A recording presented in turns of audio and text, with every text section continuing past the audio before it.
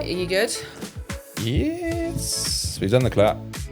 We've done the pose. I haven't clapped. Do you want me to clap? No, don't worry about it. Okay. Well, let's do a podcast then. You can clap if you want. No. No. Go for a clap. Let's go for it, Pete. No. I would like to ask you a question, as per usual. If you had a phone call, once I've left for the yard today, say, and it's all legit. I don't know how you know it's legit, but it is legit. And let's say it's Jeffrey Bezos, because he does stupid stuff. And he's interested in my camera work. Yeah. Well, he's just seen you on Instagram.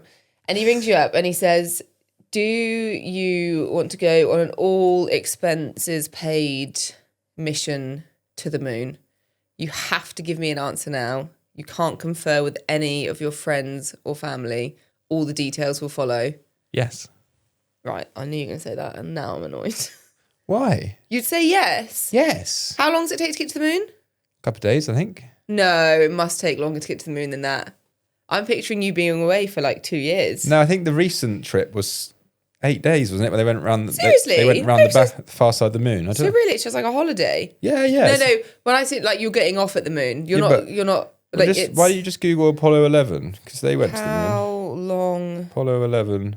Is it? Just bear with us, guys. Sorry, we've not got producer Tilly here today. 8 days, Apollo 11. Yeah. You're joking. No, because obviously you fly there, they go orbit around, then they drop down, spend some time on the moon, come back up, and come back to Earth's orbit. But when we were talking about the moon the other day, that's why this question's been in my head. You said that there haven't actually been that many trips to the moon.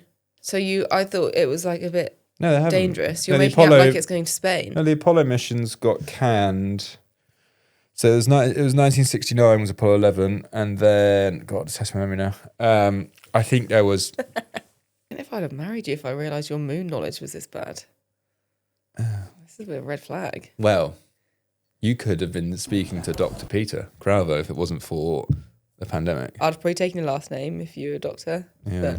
Would I have got a doctor by proxy? No. That's not how it works. No, because I nearly did a PhD in something about a lunar base on the moon before COVID. But you wouldn't have gone to the moon for that, would you? No. Okay, well, let's say welcome back to Rein Them In, sponsored by Lemure. Thank you for joining us. And Le Moon. We are doing a little bit of a pre-record here because we are a bit frantic. We're 4 days ahead of schedule recording this, which doesn't seem bad, but we've got a big weekend coming up. No, that's not terrible. Yes, you're right. That's why it feels weird. Yeah. We can't talk to you about Bicton because Bicton hasn't happened.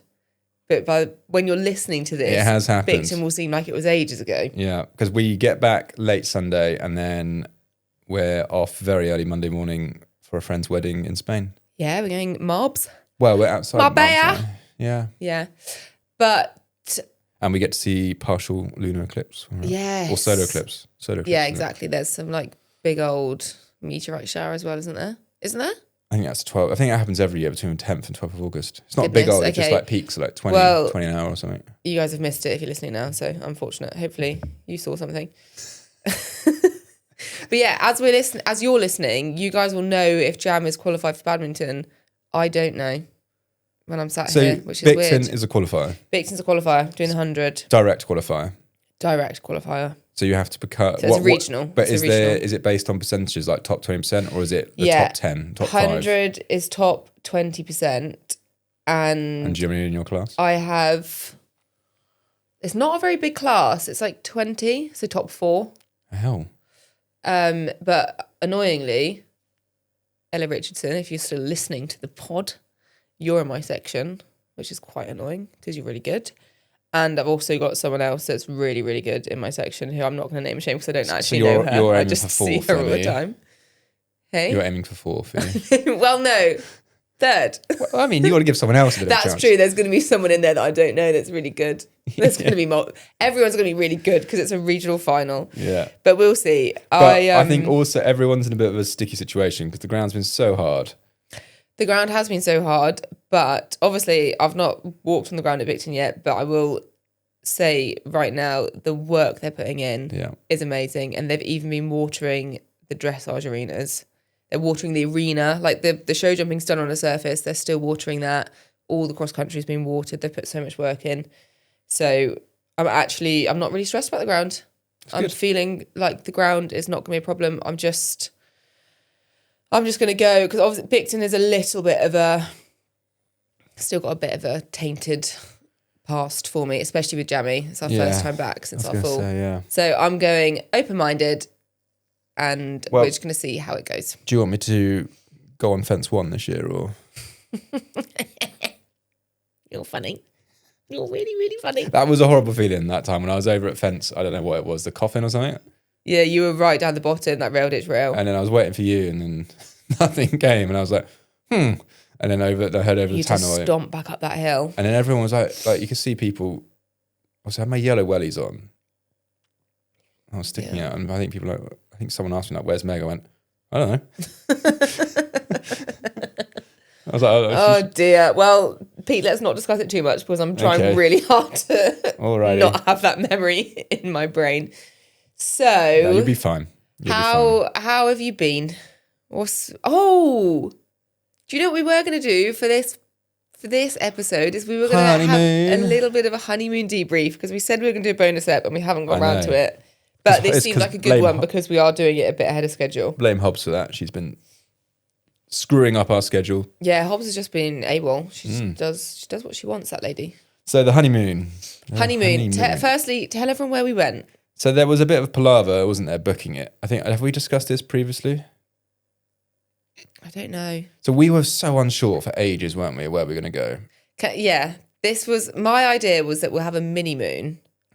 We'll go somewhere low key in Europe, mini moon. Low key, and then we'll have a big fat honeymoon in the winter, because it's easier for us to go away. Yeah, like go other side of the world. Go Australia, go Asia. I'm not sure how you... Go somewhere. This was just in my head. Okay? I know, but the reality of cost. Anyway, we ended up spending what we thought we'd spend on the big honeymoon on the mini moon, and now we are mooned out. Yeah, we treated it a bit like Monopoly out there. Every restaurant we landed on, we bought. We bought everything on the menu. But then you're in that mindset where you're like, screw it, it's our only honeymoon. It's the only time we're going to feel like this. I don't know if you thought it was your only honeymoon before we went. It took me till like day 5 till I thought, we're probably not going to go on another honeymoon. No, I was earlier than that. But yeah, and then that was for me I was waiting for you to say that with the amount of money we were spending on it. Yeah. Because I cannot afford a bigger honeymoon than this. Well, you've not said where we went. Go on. So we went to Italy, which... So originally, Meg was on your hen do, and I was like, right, we need to book a honeymoon. So I looked all over. Oh yeah, I forgot about this. I looked everywhere for flying.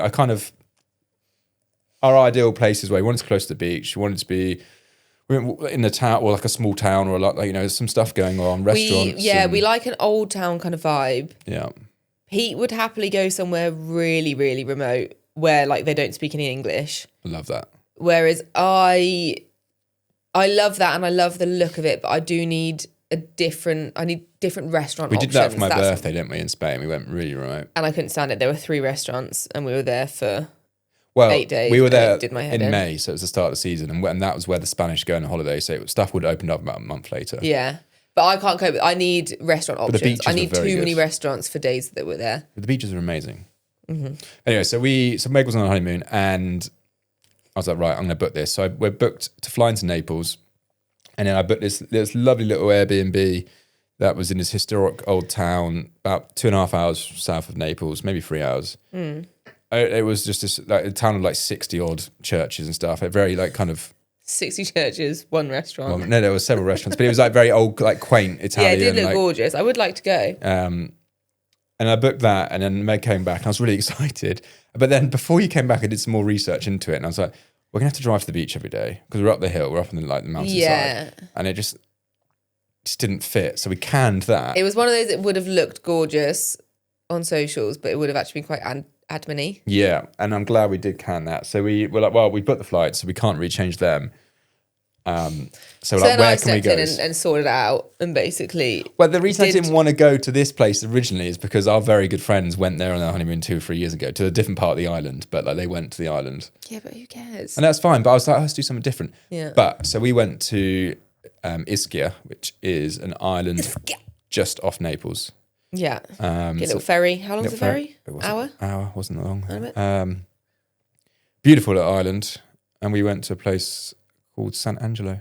Yeah. Little old fishing town. Oh, God. Village. It was gorgeous. I want to say I can't recommend it enough, but also don't want loads of people to go. It was our perfect mix. Like, it was touristy enough. You could still people watch. There were still multiple restaurant options. And it was geared up for tourists. You could get an Aperol Spritz in the middle of the square kind of thing. For €6. €6, yeah. But then right next door was like a really fancy boutique or a fancy restaurant. Yeah, it was quite bougie, wasn't it? Yeah. We kept being like, oh, this is like old money vibes. Like, we did sometimes stick out if we're wearing... Speak for yourself, love. But bizarrely, like, I wouldn't say it was cheap, but I wouldn't say it was any more expensive than anywhere else in Italy I've been. I think also we did spend more than we... Like, if it was a normal holiday, I don't think we would have had... We wouldn't have eaten out as much. And also we were having 3 courses here, 3 courses there. It was excessive. Honeymoon. But it was beautiful, and it was all pedestrianised. So when you're in the sea looking up at this little fishing village on the cliff, you've got all these little buggies going around. It felt like you're in a simulation. Yeah, you do. It felt like Sims, didn't it? Yeah. You're like, everyone's just walking around. And there's no traffic and our noise. hotel. Yeah. Do you know we haven't done a review? I've done one on TripAdvisor. For the bad one? No, we need to do a bad one. We'll talk about that in a minute. That's a different place. It's not don't Ischia. worry, that's not Ischia. Ischia can do no wrong. But it was just, there was enough going on, but it didn't seem frantic. Mm-mm. Oh, it's just perfect. Yeah, would really, really, and you could really get recommend. Ice cream. So where we had the the €6 cocktails, there's just an ice cream, gelato bar there, and it was like €1 or €2. It wasn't €1 or €2. It was €2.50. It was one. Well, no, they put the price up the weekend. In the weekday, it was €1 for 1 scoop, 2 for was euros, it? 2 scoop, €3 for 3 scoop. Interesting. And then it went to 150, 250 all of a sudden. Legends. Yeah, unless that went into like their summer prices, I don't know. Okay, what were the highlights from Ischia? Well, it was a volcanic island. Yeah. So the Bay of Naples, everybody, is one big caldera. Yeah, go on, get out your system. And obviously you have Mount Vesuvius, and you have all these little volcanic centres and different craters and stuff. Perfect. But it did mean, which we didn't actually go to, but there are geothermal pools and things on the island of Ischia. We didn't actually go to them. But that is next time we're going to go there, because that does sound really cool. cool. But as you're swimming around, so we had a boat tour, which is one of the highlights. Yeah. We hired a boat and we went around the whole island and to all these different swimming spots. And we had a skipper. Yeah. Before people think I would we're really recommend cool that and can drive a boat. because he knows where to go.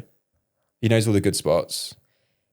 Pete, in the nicest way possible, there was no way I was going to let you take me out on a boat and take me around the entirety of that island. I just wouldn't.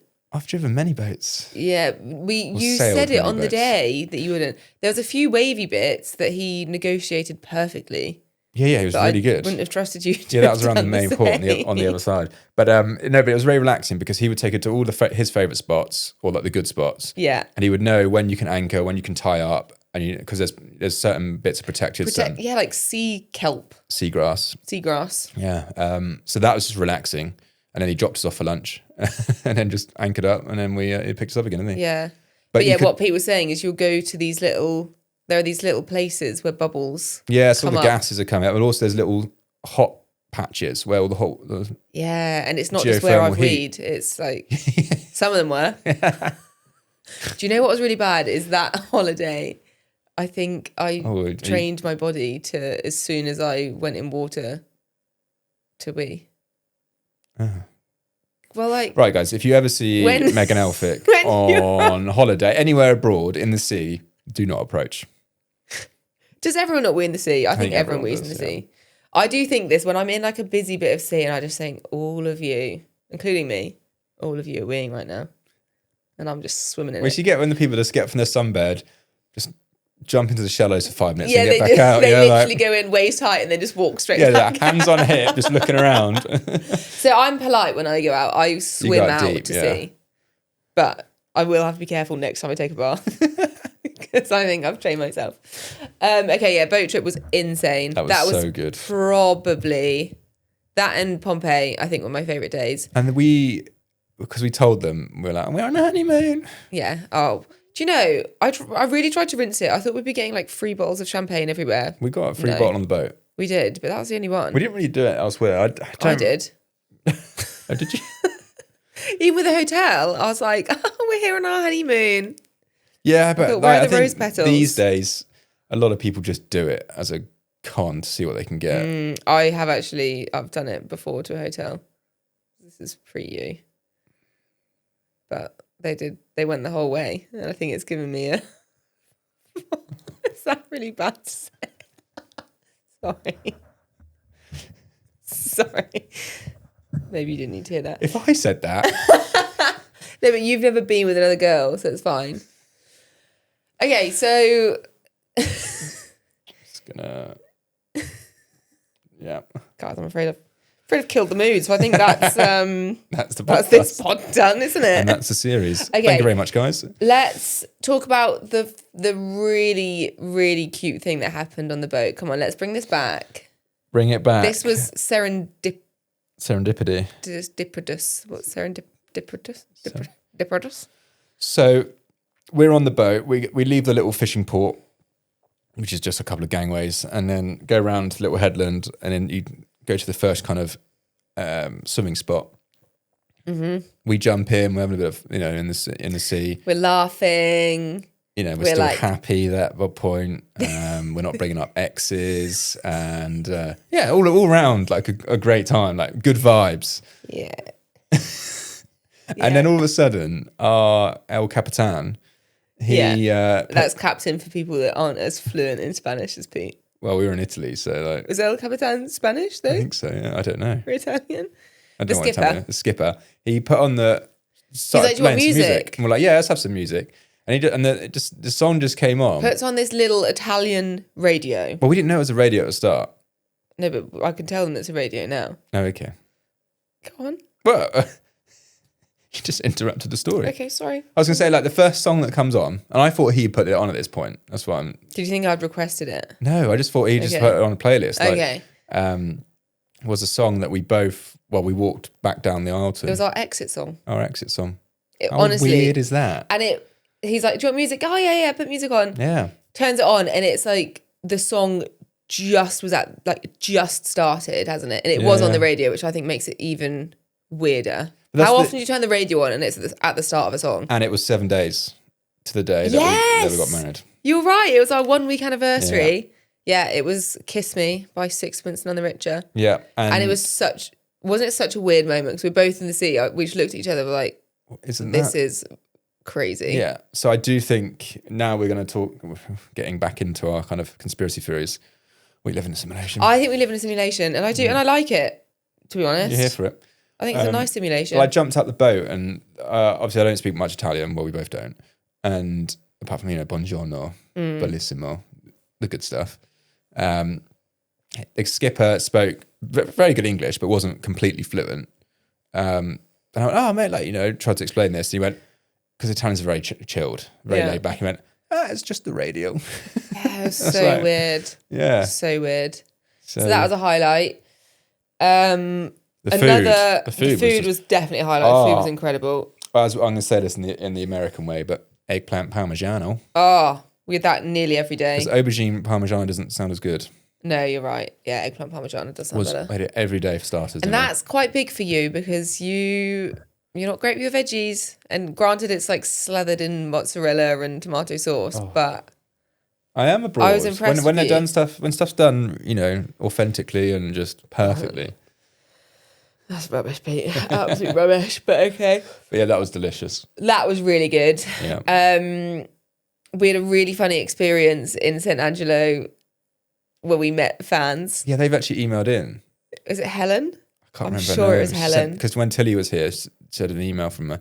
Is it her daughter or her niece? Her niece, I think. Niece, yeah. We're sat in this little square and there weren't loads and loads of English people there, were there? No, it was quite nice. And I think I had actually been having words with Pete.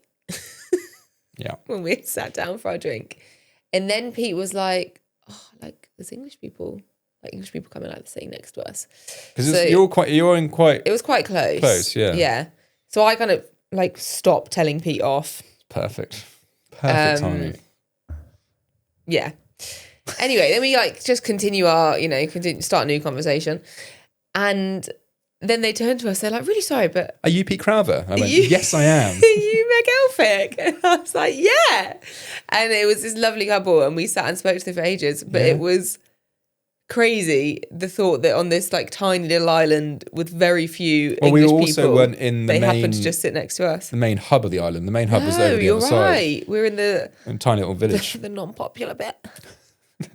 It was purely by accident, off really. the beaten track, guys. Yeah. Yeah, it was by accident. But yeah, that was just so funny. Yeah. And if you hadn't have warned me that there were English people sitting next to us, I probably would have kept telling you off because I'd have thought, well, the Italians won't know what I'm saying. Well, they do, because a lot of them speak English as well. That's true. Yeah, they're bilingual. Yeah, but I just think, oh, well. They're not like us. Oh, well. So that was funny. Another big highlight for me was when we arrived at the airport, So unfortunately, Naples airport was going through something. I don't know what, but they just couldn't get their ducks in a row. And it took us nearly 3 hours to get through.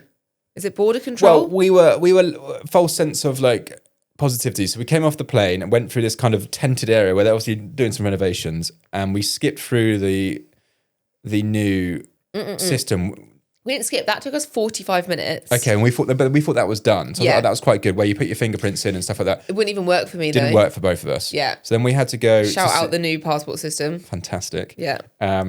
So then we had to then go through into the actual terminal, and they were doing passports again. And we had to do it manually. Manually as one person. And honestly, this queue did not move. Yeah, so we had to do all the... It was boiling hot. There were no toilets. Yeah. And yeah, we're in there. It was 2 hours, 45 minutes. And they were doing all the biometrics. So it was one person at a time going to scan their face, or they had their photo taken. There was literally like one guy working it, wasn't there? Yeah. So we were in there for 2 hours, 45 minutes, whatever it is. We get 4 people from the front. Our hotel's messaging us because they're picking us up. Like, where are you? And we're like, oh, we're stuck here. Like, how far are you? Yeah. I was like, well, we had a ferry to catch. You had a ferry to catch. Yeah. So that was, it was just, at that point, we just succumbed to the, just the Italian lifestyle. Just chilled. And then we get 4 people from the front, and there's a changeover of the border patrol. And then they just start firing people through, just stamping the old school method. Oh. So we spent 2 hours and 45 minutes. Yeah, and then they're like, oh, the computer's broken. Yeah. Just come through. We don't care. No, but that wasn't actually my favourite bit. I glossed over that. So we met another lovely couple. We've been queuing for probably about 2 hours at this point. If not more, yeah. And then, we start talking to the people in front of us. It's this lovely lady, English lady, and her husband, who speaks very good English. You could assume he was English, but there was a little twang. Anyway. I didn't want to judge a book by its cover. Immediately in the conversation, she introduces her husband as Italian and says, we're back here visiting his family. Yeah, I missed that bit. Yeah, I don't know how you missed it because it was right at the start. Anyway, we're then chatting away, and then we get on to these queues, aren't they terrible, blah, blah, blah. Uh-huh. Pete then tries to crack some jokes. Tries to crack some jokes. As you do. You're tired, because our flight was very early in the morning. Yeah. So we've been up since 2 a.m. or something stupid. The jokes were along the lines of, how appalling is this Italian hospitality? Don't they want my money? Like, they need the tourism. Blah, blah, blah, blah. All of this. And I was just like... awful, isn't it? He's Italian. He's Italian. I didn't hear any of that. I just kept going. You were like, I thought Italians were meant to be hospitable. Thing is, I haven't been to Italy for many years. And I don't think you'll be going back. No, my memories of it was brilliant. But then Peter, we got through. All was well. And then you told me that on the bus, or as we were on the other side, well, not the bus, the taxi bit. And but then when we from then on, the Italian hospitality was just incredible. Pete, you've travelled a lot. I don't know if you realise that passport control is never hospitable. Mm. They're literally trained to try and be scary and not be welcoming, so they because can pick people out and make them feel under pressure. I've been up since 1 a.m. I didn't really sleep well on the flight. Honestly. And we were delayed at the airport anyway because of bloody Mount Etna going off and the ash cloud. All these airports are delayed at the minute. It's wild. I know, it's Airports mental. are just not functioning. But I would now. give it out, like EasyJet, when we were delayed, they did come around with water and let you use the toilet. Sometimes they don't. You see it online where they just don't let you do anything, and people are trapped like 6 hours. So that was good. Right, I'm conscious we need to rattle through this. Yeah. Other honeymoon highlights. Well, I'm just going to say the hospitality in Ischia was incredible. It was amazing. Yeah, look at you trying to claw it back. No, but it was. I'm not. But it was genuine. Like I hadn't been to Italy probably for 8 or 10 years or something, and it was just. I loved it. It was very good. Yeah, the food, the people, coffee. Oh. So we spend 5 days in Ischia. We then go back to mainland Italy and go to Sorrento. Yeah. Which we have mixed feelings on. It was good, like location-wise. It is very, very pretty. There's this beautiful kind of old town. It's all on the cliffs. It's very dramatic scenery. Yeah. It was very picturesque. So busy I think in comparison to Ischia. I think we just had two ends of the spectrum. We were just on this quaint little island, and then we went to like the tourist hotspot. Literally a tourist hub. I think the main reason we didn't love it though is because the apartment was disgusting. Oh yeah, we got it was conned. We actually really got conned. And Sorrento's not a cheap place to stay. No. And that's the thing. It was quite expensive for what we got, and it was just dirty. It needed a lot of more than TLC, a whole redecoration. Yeah, the apartment was really like. And all the reviews were really good. You get walked in and you just think, oh, it wasn't clean. Like we so nearly just booked somewhere else and lost the money, didn't we? Because it was gross. And the reason we booked it is because we were looking for somewhere with a swimming pool, which I don't know why, because it's right by the sea, but we just weren't really thinking. And it had the swimming pool. It had was one that was shared with. Was it 3 or 4 apartment blocks, most of which were residential. So it's like full of Italian people that live there. And you have to wear a swimming cap to be able to go down. Which was funny. Which in fairness, they did provide. Yeah. So we went down just to like scope it out, and it is just full of Italian families. And you can see they all turn around to be like, are you seriously considering coming in here? Like, it was like, if you're Italian, it's brilliant. Oh yeah, exactly. But you didn't feel particularly vibe. Welcome as a tourist coming down there. I don't know. I beg to differ. I don't think they were just Oh no, chilling. they were all like, eh? Oh really? What are you doing here? But then the sunsets at Sorrento though were really nice. Amazing. The Americans loved them. So for our American listeners, this perplexed me, and we were sat there drinking, having some cocktails, watching the sunset going down. There was a nice spot. Went every night, didn't we? Yeah, and then all of a sudden, loads of people started clapping. Yeah, and I thought, it's someone's, because there's a lot of marriages. There was like people getting weddings that happening, first night was a marriages wedding, and stuff. yeah. So I was like, something might be happening, and then it just turns out that our cousins from across the pond, clap at sunsets, which I never knew, and it really threw me. And we don't fully know that it was just the Americans. However, they had an American accent. Obviously have an American sister-in-law, so we went back and we quizzed her and we said, is this a thing? And she confirmed, yes, it is a thing. Yeah. The Americans. It's a very non-British thing. So in our 250 years of separation, I'm not sure what's exactly happened, but it's on par with clapping when the plane lands. Yeah, I'm not a fan of that. No, but Margot does that. I know. When I questioned her about it, she's like, yeah, we clap when the plane lands. I'm like, But I kind of respect it. They love it. I know your they brother was appreciate the little things, for and his we don't. wife, and he was like, they're happy people. I went, yes, they are happy people. But Pete, it's just, it happens every night. Pete, day 3. It's not a surprise. It's sunsets. I did do a little clap because I thought it was the strangest thing ever to realise that people have just clapped the sun going down, which happens every day. Yeah, but I liked it. I think we should do that. No. Yeah. For me, it ruined the ambience. I'm all for it. We went to Pompeii from Sorrento for a day. Loved it. Genuinely one of my favourite days of the trip. Yeah. Incredible. You have to go. And next time we go, we're going to go up Mount Vesuvius because we didn't. Yeah, we didn't do that. We just sort of ran out of time. I think we're going to stay in Pompeii, not in the old city, but in the town next door. We're going to stay there next time, aren't we? Instead of Sorrento. That's what we'd recommend if you're going. Well, we haven't actually stayed in Pompeii. So no, we haven't. Recommend it we too can't much. recommend it. But because Sorrento's actually, it was easy. It's just a train ride. It was like an hour €3 on the train. But if you're going and it would make more sense because Pompeii's actually really close to Naples. So if we repeated the trip, we'd go to Ischia still. and then go and stay in Pompeii. But if you are it's less travelling, and if you are that's what we want to see. Sorrento and you want to go to Pompeii, don't get a taxi because you can spend 150 euros on a taxi. Yeah, the train was like €3 to €5, and it was straight there. You dropped right outside the entrance. And there was that guy playing the accordion on it. What song did he do that was an absolute tune? Yeah, it is an Italian-y song, isn't it? Or was it Greek? There's no way I'll be able to. I can't remember it now, but it got the carriage going. I did. I've probably got a video of it, but I can't listen.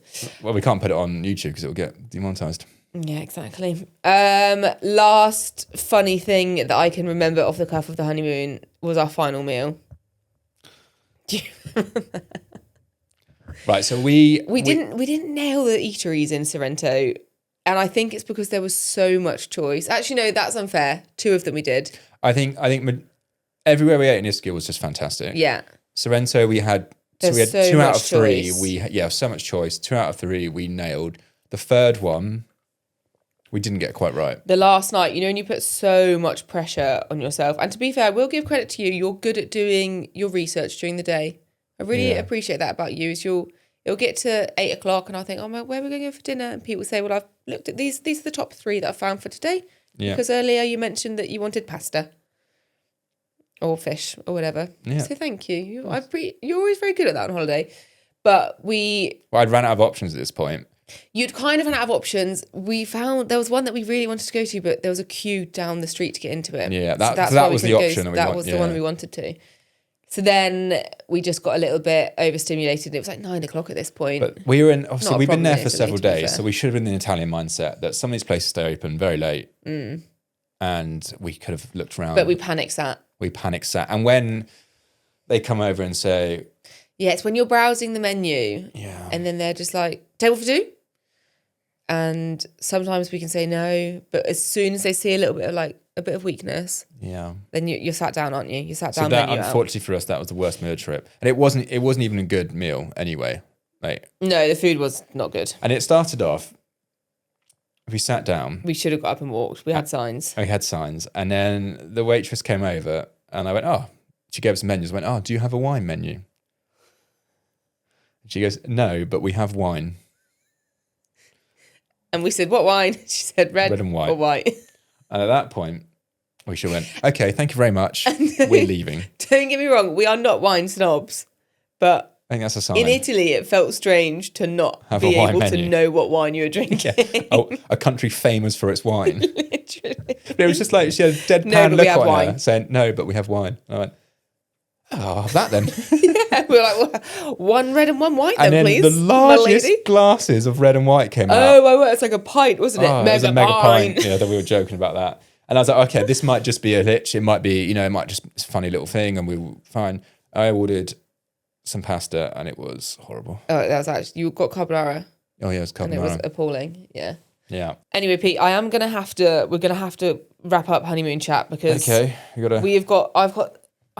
I've been a bit stupid today, guys, and we're going to Bicton tomorrow. And all week I've said, I'm going to start packing the lorry because we've got the new Liberty horse box. Yes. Fiona. She's getting announced today on Instagram. Oh, you're taking Fiona down? Yeah, Fiona's going. Hey. But because we've been without the old Liberty horse box, all of my venting stuff is just spread everywhere. Some of it's in the big lorry, some of it's just out in the yard. Oh, because that some of it box I don't is know empty, where isn't it is. Yeah, exactly. Yeah. So I've got to pack that entire box today, and I've also got to take Kiki to Water Treadmill. I'm going for a dressage lesson on Jam, so I need to box up to both those places. Yeah. So by the time I'm back from my dressage lesson, it's going to be about 3:30, and that is a lot to pack. And then I need to get back here, pack all my riding clothes, and then pack all holiday stuff. The dresses arrived. I ordered 2 dresses. I'm not going to say where from.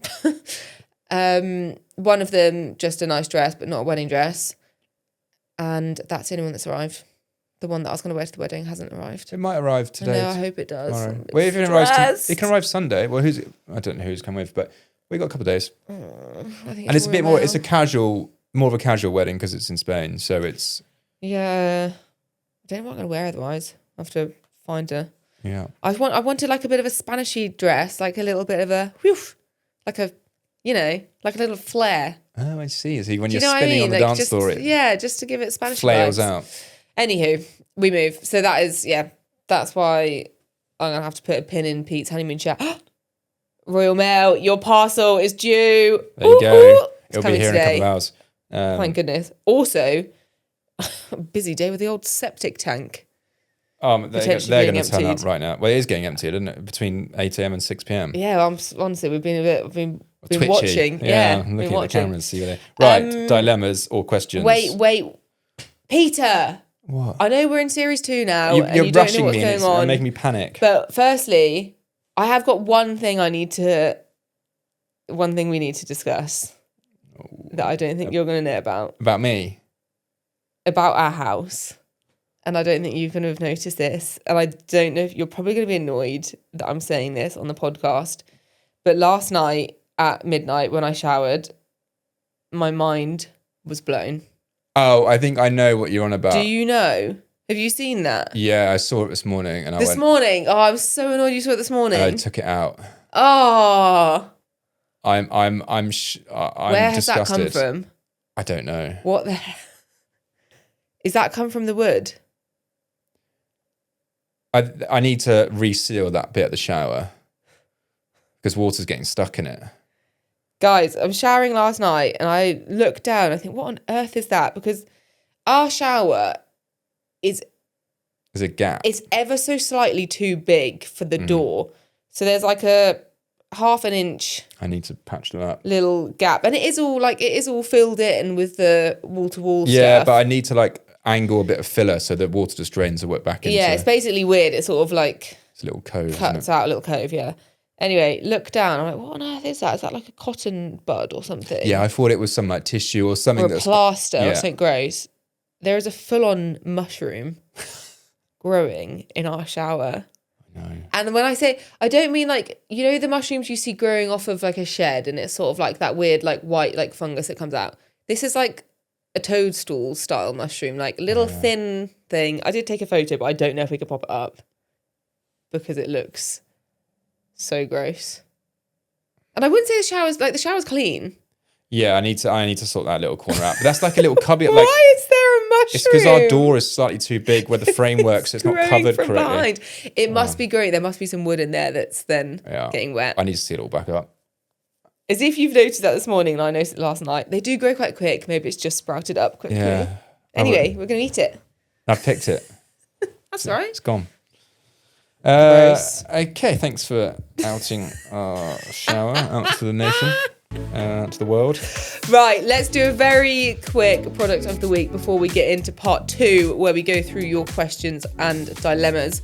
So obviously, Rein Them In, sponsored by The Best, which is Le Mieux. Le Mieux. What did you say on the last one? Is that how people say it? Le Mieux. Some people say Le Mieux, but I think it's Le Mieux. But I'm sure people will comment down below because you people can say that what you actually want to speak say. French. It's not harming anyone. Yeah.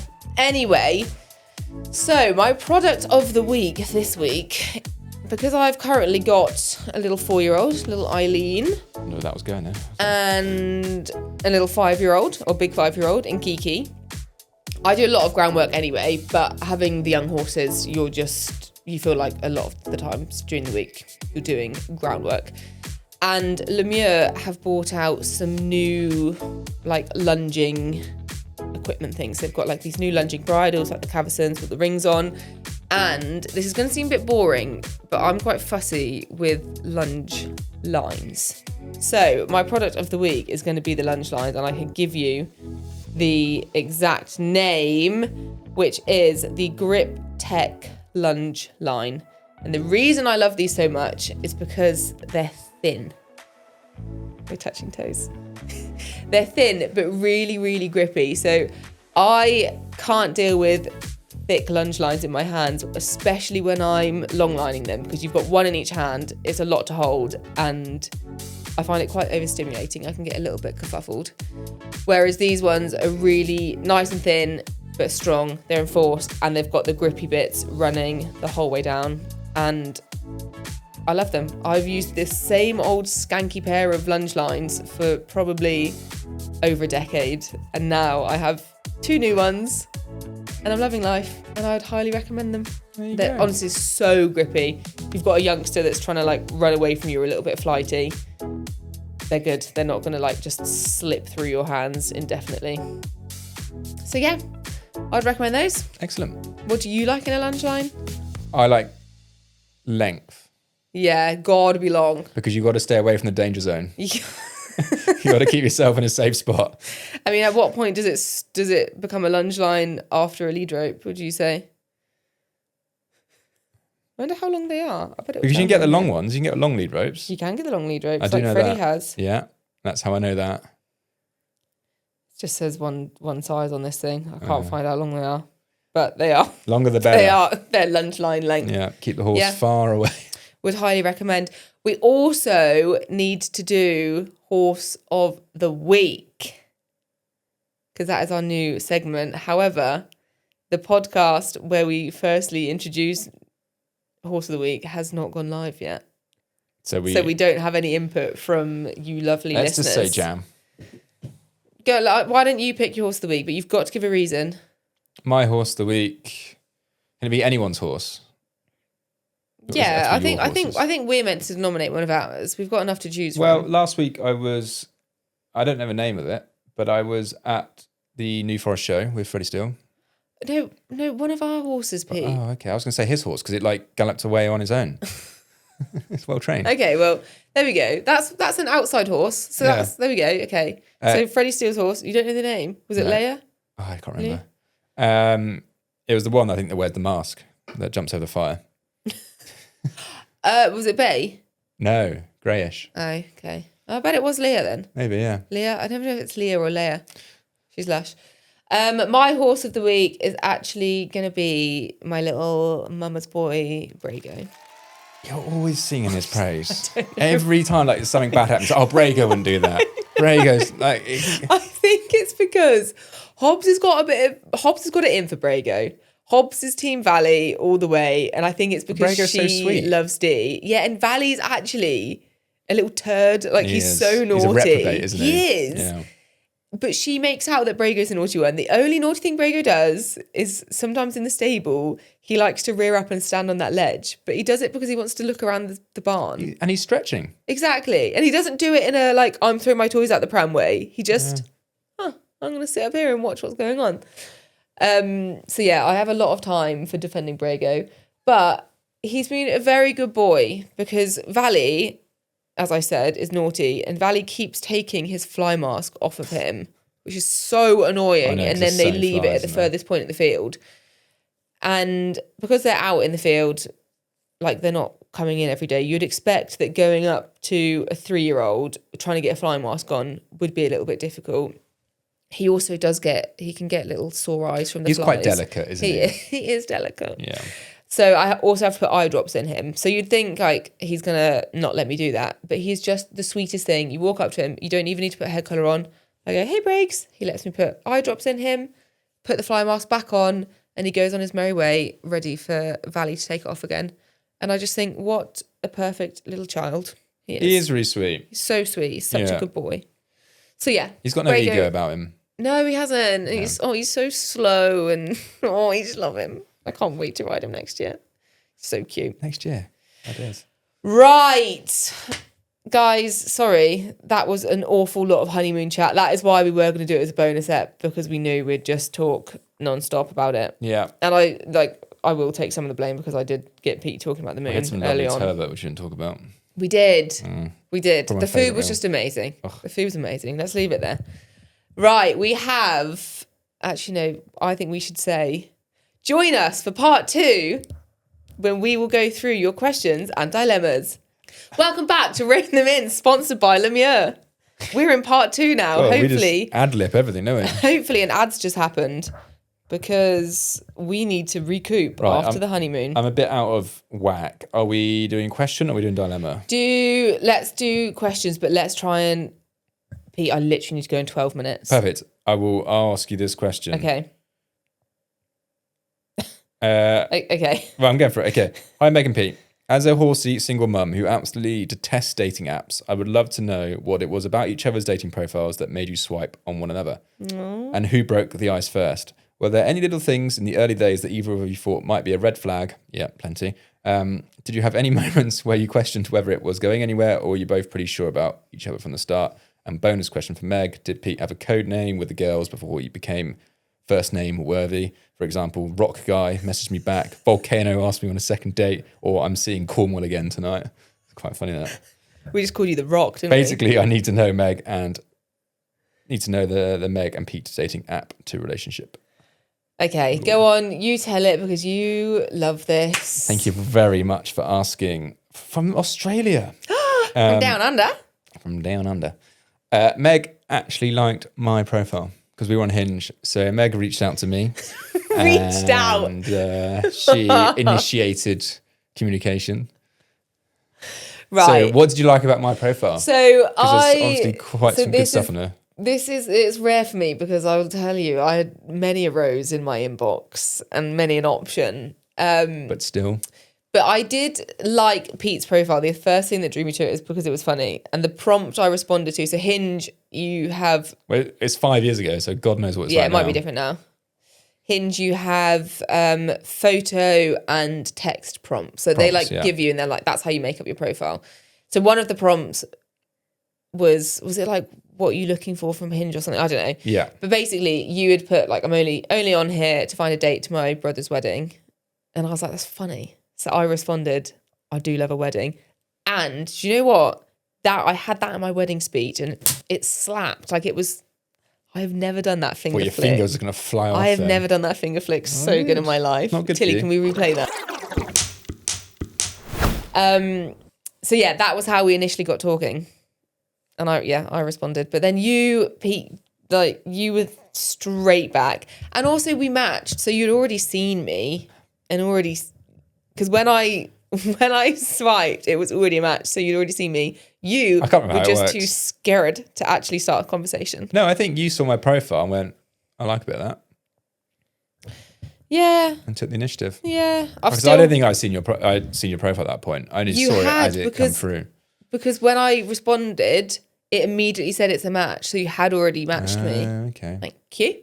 I've still got a screen recording of your dating profile. Yeah, I can, so Meg I can send it to Tilly. No, let's not do that. That is GDPR. So Meg took a screen Tilly, recording. say the words and I'll send it, This babes. is the difference between me and you when we were dating, so between boys and girls. So like, none of my friends knew that we were dating for in the early days, or we were seeing each other. But all your friends had a screen recording of my profile, everything. Oh, it's of your Instagram actually, the screen recording, isn't it? Not the Hinge profile. No, I think it was both. No, I think I've only got Instagram because I tried to look the other day. But no, I liked the fact that you weren't taking yourself too seriously. I obviously thought you were a good-looking boy. How wrong you were. What did you like about my profile? It was pretty chilled. It wasn't like serious. It was just kind of fun. Yeah. It was like, it was kind of lighthearted. It wasn't kind of too posy either. I think you've got to have some jokes on your Hinge profile. I really do. What were the other questions? Were there any red flags? Yeah, red flags. Red flags. Do you know, actually, None from my end. I don't think there were, which was an anomaly. Because anyone else I'd spoken to, there would be things like quite early that would crop up that I'd be like, eek, no. Yeah. And I think you can't take red flags too seriously. No, because you're both finding it's fact finding, isn't it? It is. And when it's like running with a backpack, like, you can't not spend the rest of your life with someone because they ran with a backpack When did I on to run get with the a bus. backpack? No, that's like a common one. Is I see. Yeah. Girls are like, I fancied him until I saw him running with a backpack. Yeah, that's for the bus. stupid. Like, you're gonna have a backpack on and you're gonna run at some point. But like, if it's a serious red flag where you think, oh, we've got very different views on like that murder thing. vibes, then yeah, get out. Yeah, exactly. Yeah. But no, I wouldn't say there were any red flags. No, I think the red flag that I should have seen from you was horses. It was the horses, but which you were. I was not in tuned. No, well, with that's horses, your and I fault. didn't really understand horses. Exactly. So that's on me. Yeah, you've only got yourself to blame for that one. And I would also say that I knew quite early on that I really, really liked you and that it would be quite serious. Oh, like Kino. I know. I didn't obviously say that to you. I mean, Although saying that, when you asked me to be your girlfriend, I did freak out a bit and was like, yeah. I don't know why. I think that was just... I think it was partly because I knew that I was probably going to spend the rest of my life with you. And it was a weird moment of being like, oof, damn. Like, I'm saying yes to this, and I feel like this is the last time I'll be saying yes to this question. I think it's like we both have similar sense of humour and personalities in that sense. So we're very relaxed. We take life seriously, but then there's lots of parts of life that we just don't take seriously. Mm-hmm. I think that. Yeah, really I nice. think our personalities meshed literally on the first day. I remember driving home and being I was very nervous. He's my kind of crack. On the first date. Yeah. I'm not. See, I don't really get nervous for first dates. I think it's really fun. So you're more personal than I am. I'm a bit more awkward, I think. I don't know if I'd agree with that. I think you're really good. I think you can make conversation with a brick wall. Oh, yeah. But you just say this because when we go places and like you're chatting to, say, the friend that we know, and if it's horsey, I'm like, I'm out. Yeah. So I just go and find someone else to chat to. Yeah, no, you are good. Anyway, I think we need to Right, move, you go. What's your move. question? I haven't seen Okay, my question for you is, hi Pete, as someone who also lives quite far from home, I'd love to know how you cope being so far away from family in Cornwall. Do you go back often? And are most of your friends still there? From Safi in Somerset, but originally from Manchester. That is far. That is a bit of a trek. I don't go back as much as I should. No. And also, I think sometimes it can be a right pain to go back to Cornwall. You can be stuck in tram for hours. So I think kind of that puts is me what, off. yeah. But no, we should go back more, and we will go back. Mum's, I'm back in a year or so, maybe more. I know, it's just terrible. I Cornwall's a bit of a strange one because you either like everyone that grows up in Cornwall loves Cornwall, but you either then go, right, this isn't for me, I need to get out of here for not bad reasons, just work, or you do want to experience something else. But like my brother's stayed in Cornwall his whole life and he loves it. And I'm kind of jealous of that, but there's enough as a geologist, there wasn't much for me there that interested me. There was obviously the mining and stuff, but I wasn't really into that. And then traveling, as soon as I was 19, moved out to uni. So from 19, pretty much, I only went back for summers. Yeah. And so I was didn't feel like I lived in Cornwall anymore. Yeah. I miss the lifestyle, I miss the beaches, I miss all of that. But the work is just not the same down there. The opportunities are more plenty. Like where we live now, we can travel in every direction. Yeah. Cornwall, you're going to travel in one direction. That's towards Devon. Devon. So maybe something that helps is realizing that and then appreciating like why you've moved to this place in the first place. Yeah, for me, and jobs wise, it was just the career ladder. I could have a better career as a geologist away from Cornwall because there's more opportunities, bigger companies, bigger offices, that kind of thing. Yeah. And I always wanted to move abroad anyway, but then obviously COVID changed that. We're also quite lucky that your family comes up here a lot. Yeah. So we do see I've still family a lot. I've got family in this neck of the woods on my dad's side. And I think you're quite good at communicating. Like you call your mum a lot. Yeah. You've at least like a couple I won't. She calls me a lot. Okay. Okay, fine. But you're on the phone to your mum like at least a couple of times a week, I'd say. But then I think it's keeping those lines of communication open. Yeah. And trying to find the time to get down. But it is hard. Like I would really struggle moving away. Yeah. More from moving away from the parents rather than moving away from where I grew up. Because I didn't grow up around here. But I also think Cornish people, obviously I can speak on behalf of myself and my experiences, but a lot of Cornish people love to travel. And like there's this mentality in Cornwall where people go away on long stints and stuff. Yeah. You can find Cornish people all over the world. You can find like Cornish pasties and, or pasties in various different parts of the world and stuff like that. It's all to do with mining. I think it's just the way of life down there. It's very chilled. Nothing's taken too seriously. Like traveling is encouraged because you've got to get out of Cornwall because you can only go to Devon. And like as a kid, all I went to was airports. I didn't really see much of the country. I was just, like being with you, I've seen so much of the country. That is something horses will do for you. Yeah. You'll see the Whereas before it was literally just coming up to see, my grandparents up this way and then going to an airport. There we go. Yeah.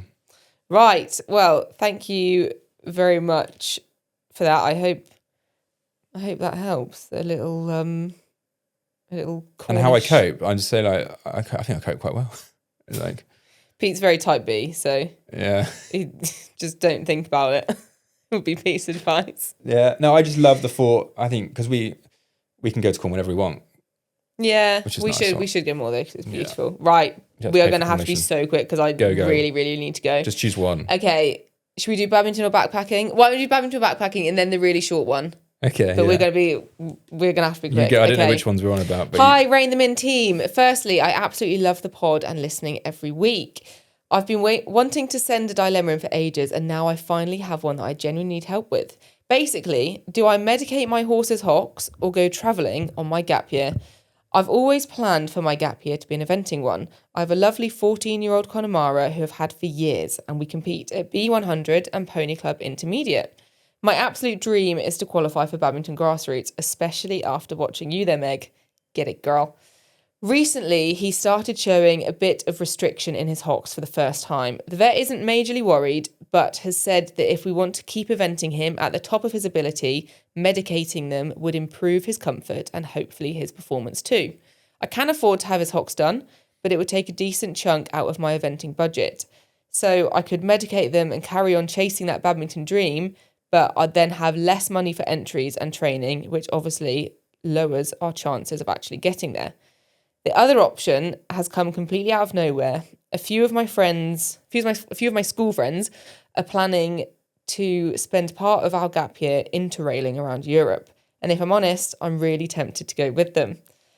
If I did, I'd give my horse a quieter year. The vet has said that if he isn't eventing and working at that level, there's no real reason to medicate his hocks at the moment. I could save the money I'd spend on his hocks and eventing and use it to travel instead. The thing that's really stopping me is that he's 14. I know that's not exactly ancient, but if I take a year out, he'll then be 15 by the time I'm properly eventing again. I don't know how many more chances I'll have to try and get to badminton with him, and I'm not sure I'm ready to let go of that dream yet. But equally, my friends keep telling me I'll have horses for the rest of my life, whereas we might never all have the opportunity to travel together again. So what would you do? Spend the money, do his hocks, and give badminton everything for one more year, or give him an easier year and go travelling with my friends? Help. I'm torn because I see both sides. I'm so torn on this. Because as I've grown older as an adult in my 30s, I spend less and less time with my friends because True. we're all doing X, Y, Z. Very true. But your horse is getting older and you've only got a limited window. Yeah. I mean... Okay. The issue here is the fact that both options are expensive, because there is a way of doing both, but not without an enormous amount of money. Because when I first read this, I was like, go and meet your friends somewhere in Europe. It's good that they're going to Europe and not going Close off by. to like Asia or Ryanair flight. Exactly. 20 quid. You're a Eurostar away from meeting up with them. So I think you need to sit on it for a little bit, because I'm assuming, I don't know when this came in, but I'm assuming you're at school. Oh no, you've broken up from school now, but your gap year is going to essentially be next year. So I guess like you've got a little bit of a window to decide if you're going travelling or if you're medicating hocks, because you'd probably want to medicate the hocks at the start of the season to get the most out of it. See, I would endorse travelling. I loved it. I had many a gap year.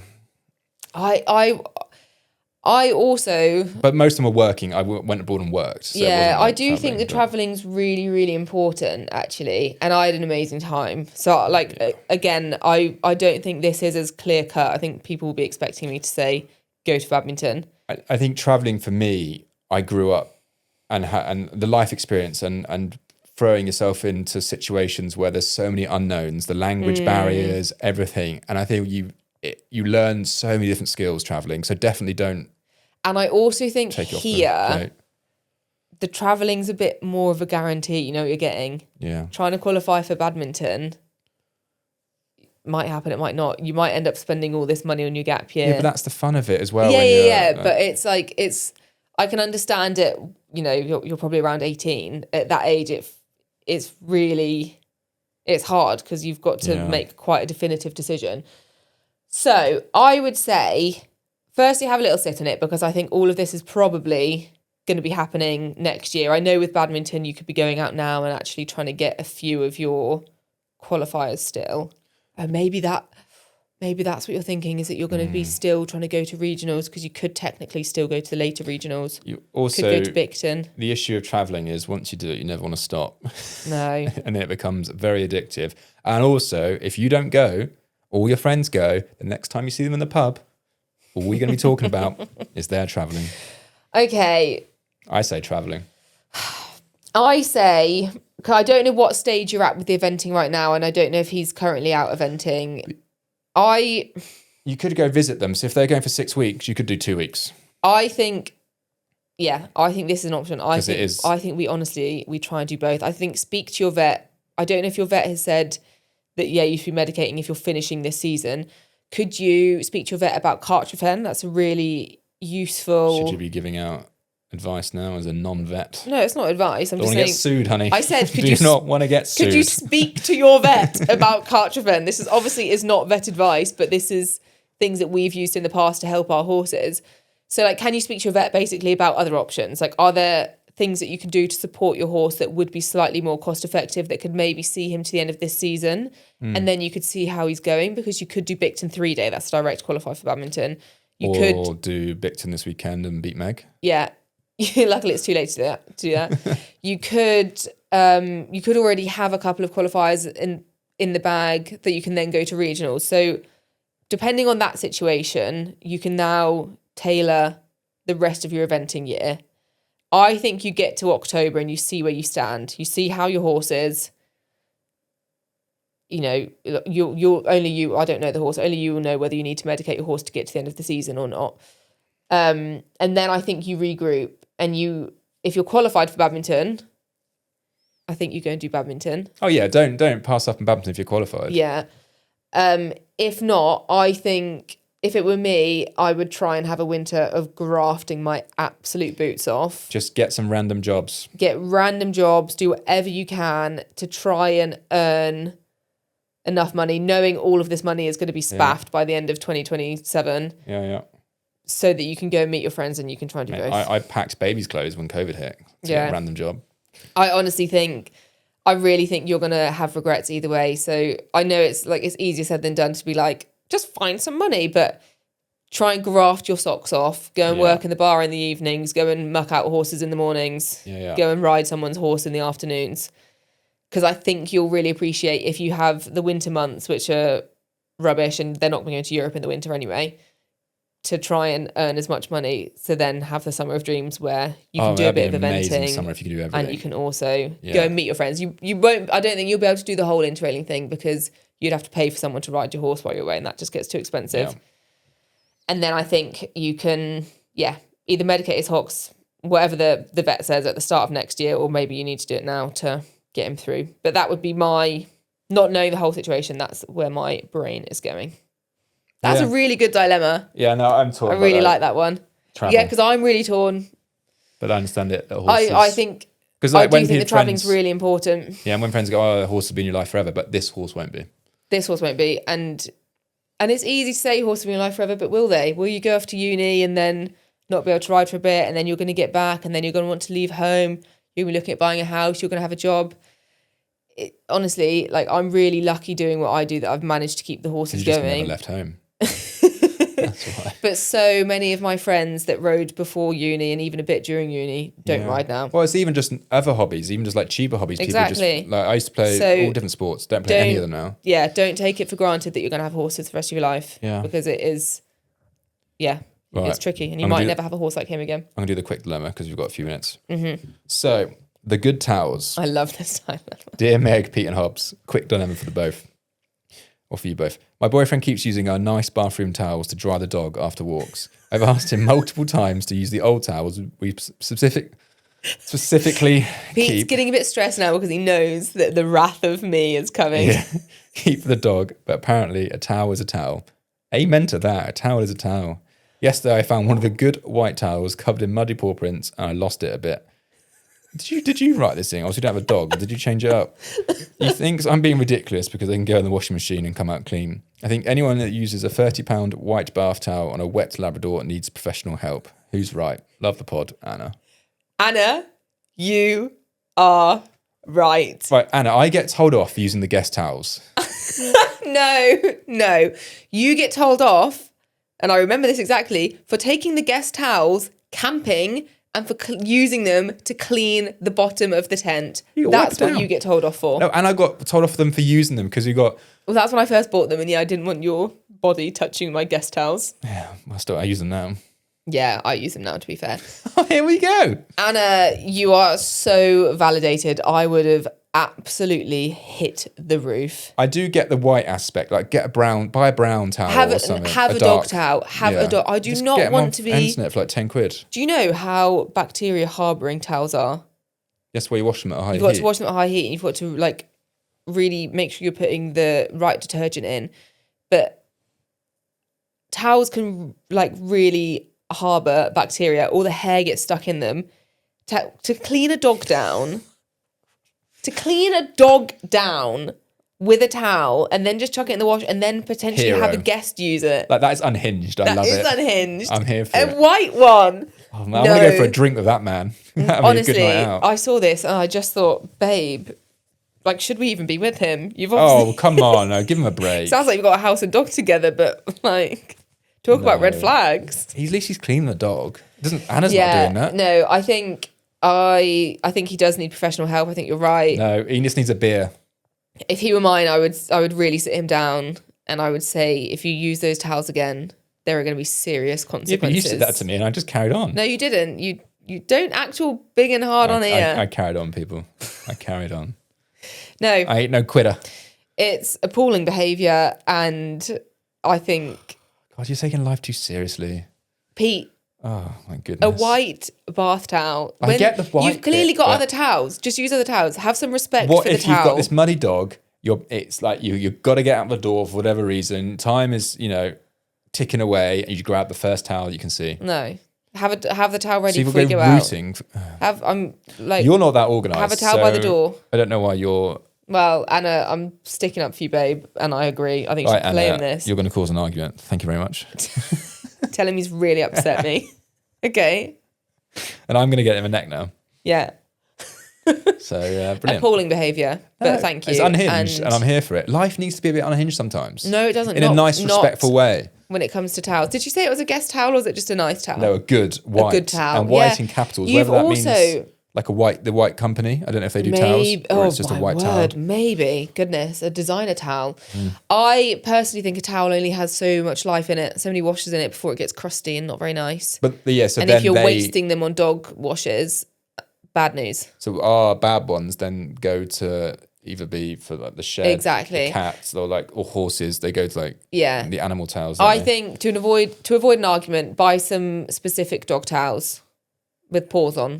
Very obvious. Coloured. Yeah, exactly. And wash those separately to good towels as well. Or buy a horrific colour, like a dark colour that you'll never have in the house, like that you'd use or have out for guests. And then that's your dog towel.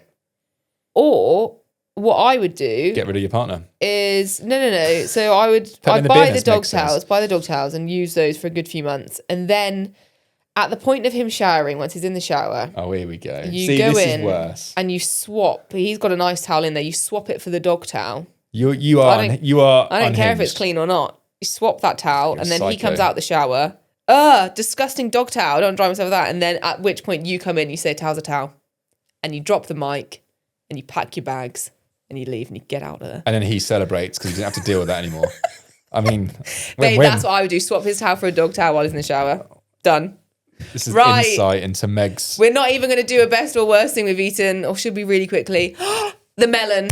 That melon, the baby sugar Matisse melon that I got from Lidl. Matisse is the best melon I've ever eaten in my life. Apparently, they're also known as dinosaur egg melons, which I think I can is see brilliant. why. Yeah, it looks like a dinosaur egg. Yeah. Have you got a best or worst? Surely last night's food, that was really good. That was really nice. I really like it? the pork belly that we have at HelloFresh. Pork belly, and it was with this really nice egg fried rice, like special egg fried rice. It was amazing. Guys, I'm so late. Thank you so much for listening. We live, laugh, love you. And yes, we do. I'm going to live, laugh, leave. And no, live, laugh, what? Live, laugh. Well, we had breakfast. I had cornflakes I'm going to have banana. 11s. Yeah, live, laugh, oh my 11s. word, I'm so late. Right, live, laugh, love you. Bye. And I'm staying on for a little special segment. Yeah. Are you? No. Well, I could. Right.